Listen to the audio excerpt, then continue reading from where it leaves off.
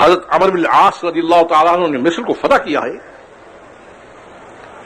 اور یہ تمام علاقے فتح ہوتے چلے گئے ہیں، تو رومۃ الکبریٰ جو ان غیر مسلموں کا بڑا اہم مقام ہے، یہ غالباً عبد الملک کا زمانہ ہے، یہ ولید بن عبد الملک کا زمانہ ہے، یہ پہلی صدی کا آخر ہے۔ اس میں ایک بہت بڑا اجتماع ہوا ہے جو ہمارے اصحاب سیرت لکھتے ہیں کہ اس میں تمام غیر مسلم ملکوں کے نمائندے، ان کے فوجی یعنی سالار، ان کے سیاستداں، ان کے بادشاہ وغیرہ سب اس میں جمع ہوئے، اور بحث اس پر تھی کہ یہ ایک بہت محدود تعداد میں بدو قسم کے لوگ، نہ ان کے پاس ہتھیار، نہ ان کے پاس تلوار، معمولی سا سامان ہے، یہ کیا ہماری بڑی سے بڑی فوج ان کے مقابلے میں آئی ہے تو وہ ٹھہر نہیں سکی۔ ہم سوچیں یا نہ سوچیں، ان کے سوچنے کی بات تھی، اس لیے کہ اگر آپ تھوڑا سا تاریخ پر نظر ڈالیں گے تو ایک آپ کو عجیب منظر نظر آئے گا۔ مسلمانوں کی جو کل تعداد ان غیر مسلموں کے مقابلے میں آئی ہے، غیر مسلم فوجوں کے مقابلے میں آئی ہے، وہ فوج جو مسلمانوں کی تھی اس کی تعداد 60-70 ہزار سے اوپر نہیں جاتی، اور مختلف مارکوں میں جو غیر مسلموں نے جو ان کے مقابلے میں آئے ہیں ان کی تعداد جو ہے وہ تقریباً 60-70 لاکھ پہنچتی ہے۔ بحث اس پر تھی کہ یہ اتنی تھوڑی سی تعداد ہے اور اس نے بڑی بڑی منظم لشکروں کو الٹ کر رکھ دیا ہے۔ دونوں حکومتوں کو جو پوری دنیا پہ قابض تھیں، قیصر و کسریٰ کی، ان کو جڑ سے اکھیڑ دیا ہے۔ آخر مسئلہ کیا ہے یہ؟ تو جب آپس میں بحث ہونے لگی تو جیسے آج مسلمان کرتے ہیں اور ان کی عقل کھوئی ہوئی ہے کہ اصل بات کی طرف دماغ نہیں جاتا، الٹی باتیں سوچتے ہیں، کہتے ہیں جی بس ہم میں چونکہ اتحاد اور اتفاق نہیں رہا اور یہ ہو گیا وہ ہو گیا، اس وجہ سے یہ ہے۔ جیسے ہم باتیں بناتے ہیں انہوں نے بھی باتیں کرنی شروع کی۔ یہ سب آپ کی تاریخ میں محفوظ ہے، کہیں گیا نہیں ہے۔ اس پر پوپ کھڑا ہو گیا، راہب اعظم، تو پوپ کھڑا ہو گیا، اس نے کہا جتنی باتیں کہہ رہے اور بحث کر رہے وہ سب غلط تھے، جو اصل واقعہ ہے وہ میں بتا دیتا ہوں اور اس کا علاج بھی میں بتاتا ہوں۔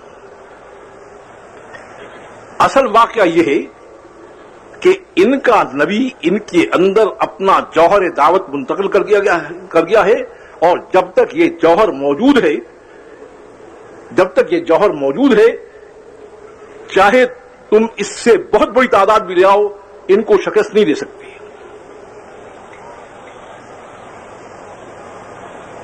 کہا یہ لیس لہم ہم الا الدعوہ، ان کا غم زندگی سوائے دعوت اللہ کے ہے نہیں، اور جب یہ دعوت اللہ کے منصب پر ہیں تو اوپر کا نظام پورا ان کا ساتھ دے رہا ہے، مقابلہ ان سے نہیں ہو رہا ہے۔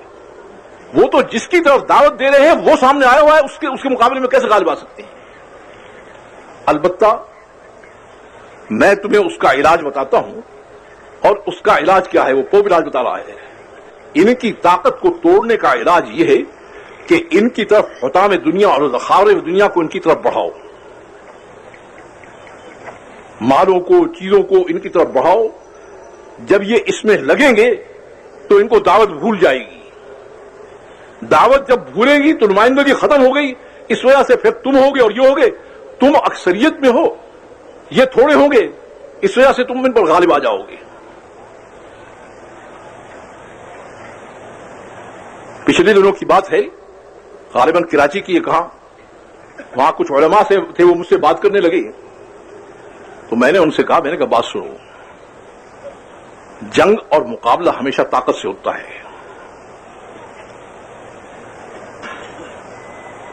طاقت کا مقابلہ طاقت سے ہوتا ہے۔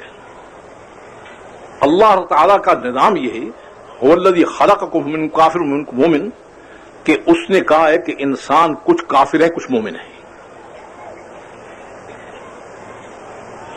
دو چیزیں اس نے کافروں کو دی ہیں اور دو چیزیں انہوں نے مومن کو دی ہیں۔ دو قوتیں ان کے پاس ہیں، دو قوتیں آپ کو دی گئی ہیں۔ ان کو دو قوتیں کون سی دی ہیں؟ تعداد کی اور سامان کی۔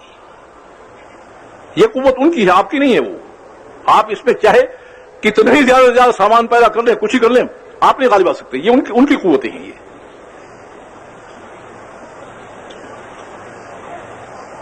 تو یہ دو قوتیں ان کو دی گئی ہیں اور دو مسلمانوں کو دی گئی ہیں. ایک اپنی معیت کی کہ میں تمہارے ساتھ ہوں، اور دوسری قوت کیا دی گئی ہے؟ دوسری قوت اپنی نمائندگی اور سفارت کی. مسلمان کے پاس یہ دونوں قوتیں تھیں. دنیا کی کوئی قوت ٹھہر نہیں سکتی تھی اس کے سامنے. اللہ کی معیت اس لیے چلی گئی کہ اللہ کی معیت کے لیے شرط ہے کہ انسان اپنی پوری زندگی کو اللہ کے حوالے کر کے چلیے.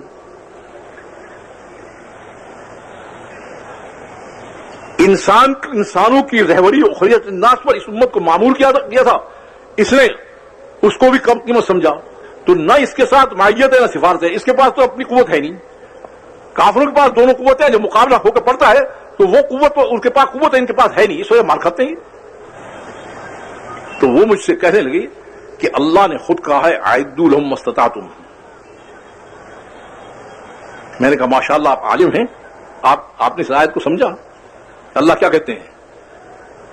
میں نے کہا اس سے پہلے پڑھو. وہ کہتے ہیں وَاذْكُرُوا إِذْ أَنْتُمْ قَلِيلٌ مُسْتَضْعَفُونَ فِي الْأَرْضِ.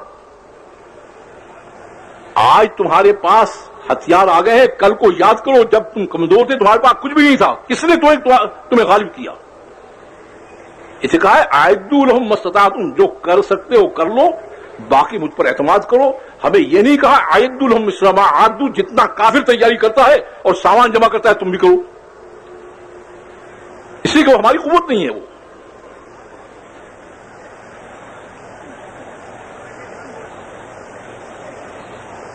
اسے میں کہا کرتا ہوں کہ چونکہ حضور اکرم صلی اللہ علیہ وسلم قیامت تک کے لیے نبی ہیں، اس لیے امت کو جو چیز قیامت تک پیش آنے والی تھی اس سب کا جواب اللہ نے حضور اکرم صلی اللہ علیہ وسلم کی موجودگی میں اس طرح سے دیا ہے کہ صحابہ کرام نے یا کسی نے سوال کیا اور اس کا جواب وہی دے دیا.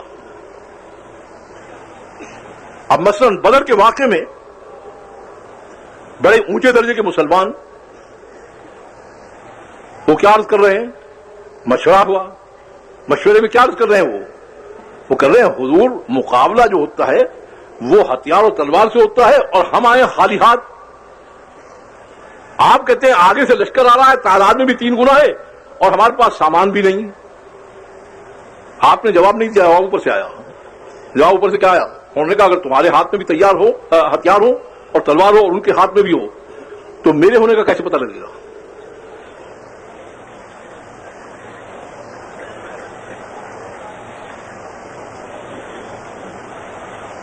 کہ ان کفار کو کہ دماغ پر ضرب پڑے گی جب دیکھیں گے کہ بغیر ہتھیار کے بھی غالب آئے تو پھر میری طرف ان کا رجوع ہوگا.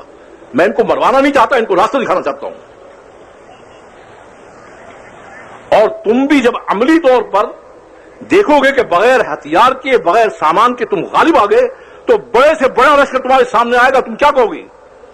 تم کہو گے ہمارا مقابلہ تھوڑی ہے، یہ مقابلہ اس ذات کے ساتھ ہو رہا ہے جس کا مقابلہ کوئی کر نہیں سکتا.